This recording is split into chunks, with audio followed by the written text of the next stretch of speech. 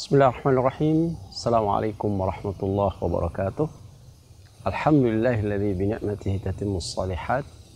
Wassalatu wassalamu ala safwati abdihi Muhammad bin Abdullah wa man sara ala nahjihi wa man walahu ila yaumiddin, amma ba'd. Sobat muslim yang dirahmati Allah, bulan Ramadan adalah bulan yang istimewa, momentum yang sangat pas untuk mendulang berbagai macam kebaikan dan keberkahan. Karena istimewanya bulan Ramadan, Rasul kita yang mulia alaihi salatu wassalam secara khusus memberikan tarhib. Dalam sebuah hadis disebutkan, ja'akum syahrul Ramadan, syahrul mubarak, kutiba alaikum siyamuhu, fihi tufattahu abwabul jannah wa tughallaqu fihi abwabul jahim, fihi lailatun khairun min alfi syahr, man hurima khairaha faqad hurim. Nabi sallallahu alaihi wasallam mengatakan kepada para sahabatnya sebagai ungkapan terhib dan tabsyir, telah datang kepada kalian bulan Ramadan, bulan yang penuh dengan keberkahan atau bulan yang diberkahi. Diwajibkan atas kalian pada bulan Ramadan itu puasa. Kemudian Nabi mengatakan pada bulan Ramadan pintu-pintu surga dibuka luas, sedangkan pintu-pintu neraka jahim ditutup. Ada satu malam di bulan Ramadan yang lebih baik dari 1000 bulan. Siapa yang terhalang untuk mendapati kebaikannya, maka ia terhalang secara penuh dalam kebaikan-kebaikan. Sobat muslim yang dirahmati Allah, dalam menghadapi bulan yang penuh dengan limpahan keberkahan ini,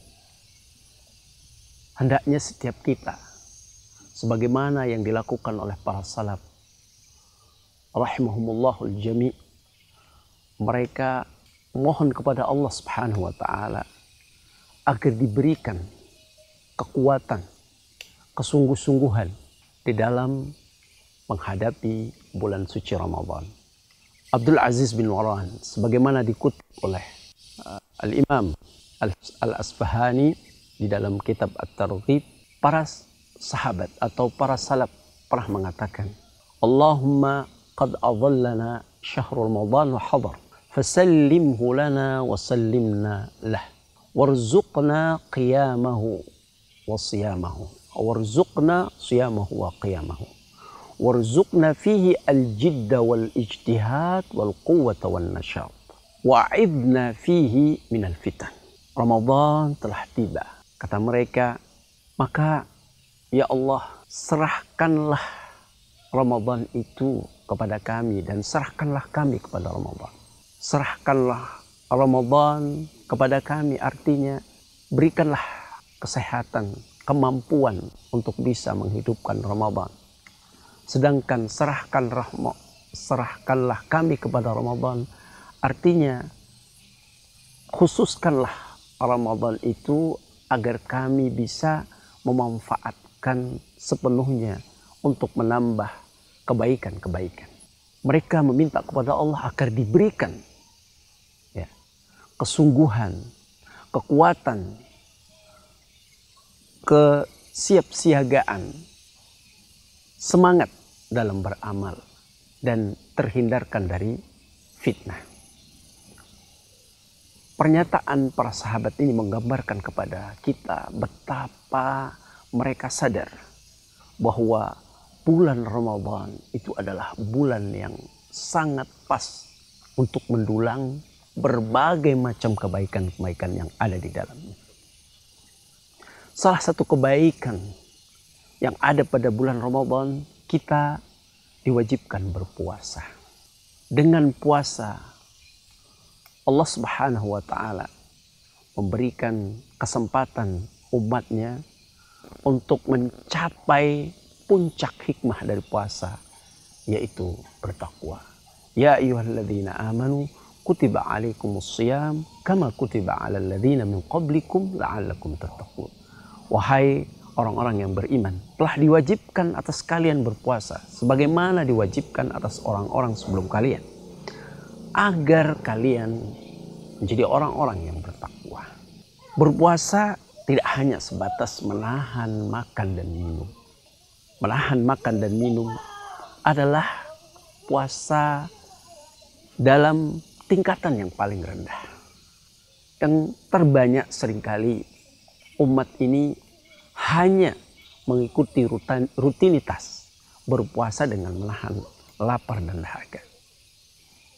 Sebagaimana yang diriwayatkan oleh Imam Ahmad dalam sebuah hadis Rasulullah SAW bersabda, "Rubba sha'imin hadduhu min siyamihi al-ju' wal 'atas." Betapa banyak orang yang berpuasa, dia hanya mendapatkan lapar dan dahaga. Ini satu warning, peringatan keras bagi kita. Agar kita tidak termasuk mayoritas orang yang berpuasa, hanya mendapatkan rasa lapar dan dahaga, sedangkan pahala berlimpah dari puasa, pembentukan karakter takwa tidak diraih. Oleh karena itu, ada hal-hal yang perlu kita perhatikan agar pahala ibadah puasa bisa kita dapatkan. Ada 3 hal yang perlu kita perhatikan. Pertama, hendaknya kita yang berpuasa jangan sampai terjerumus dalam perbuatan keji atau qaul zur, berkata dusta. Sebab perkataan dusta ini akan mengurangi pahala ibadah puasa kita. Rasul yang mulia alaihi salatu wassalam bersabda, "Man lam yada' qaul az-zur wal 'amala bihi falaysa lillahi hajatun fi an yada'a ta'amahu wa syarabahu." Siapa yang tidak meninggalkan perkataan az-zur, perkataan dusta, memfitnah, maka Allah tidak butuh ia meninggalkan makan dan minum. Perkataan-perkataan dusta yang kemudian al-amala bihi, terjadi perbuatan-perbuatan terlarang, keji lainnya akibat perkataan dusta. Inilah yang kemudian sangat dilarang oleh Rasulullah SAW. Yang kedua yang harus kita perhatikan adalah jangan sampai ketika kita berpuasa kita membiasakan berkata sia-sia, tidak bermanfaat, dan perkataan kotor. Sebab itu bukanlah karakter orang yang berpuasa. Rasul kita yang mulia sallallahu alaihi wasallam pernah mengatakan, "Laisa as-siyam min al-akli wasyurb, innama as-siyam min al-lagwi war-rafath. Fa idza sabaka ahadun faltaqul inni shaimun inni shaimun." Karena Nabi SAW, puasa itu bukanlah tidak makan dan tidak minum. Akan tetapi puasa yang sesungguhnya itu adalah menahan diri dari berkata sia-sia dan kotor. Oleh karena itu kalau ada seseorang yang hendak mencelamu atau mencelamu, au jahula alaik, atau usil padamu, katakanlah saya sedang puasa, saya sedang puasa. Jadi hindari diri dari berkata sia-sia yang tidak ada manfaatnya dan terlebih perkataan kotor. Yang ketiga, yang terakhir, sebetulnya yang dilarang bukan hanya hal-hal yang telah kita sebutkan, tetapi maksiat secara umum. Ibnu Rajab pernah mengatakan, bertakarrub kepada Allah dengan sesuatu yang mubah, yaitu meninggalkan makan dan minum pada saat kita berpuasa atau berhubungan suami istri, itu tidak akan pernah sempurna kalau kita tidak meninggalkan apa-apa yang dilarang oleh Allah Subhanahu wa Ta'ala atau hal-hal yang diharamkan. Jadi sobat muslim yang dirahmati Allah, mari jangan sia-siakan momentum Ramadan. Mari kita jaga etika, adab-adab kita berpuasa agar pahala puasa kita menjadi sempurna. Wallahu ta'ala a'lam. Sallallahu ala nabiyina Muhammad wa ala alihi washabihi ajma'in. Wassalamualaikum warahmatullahi wabarakatuh.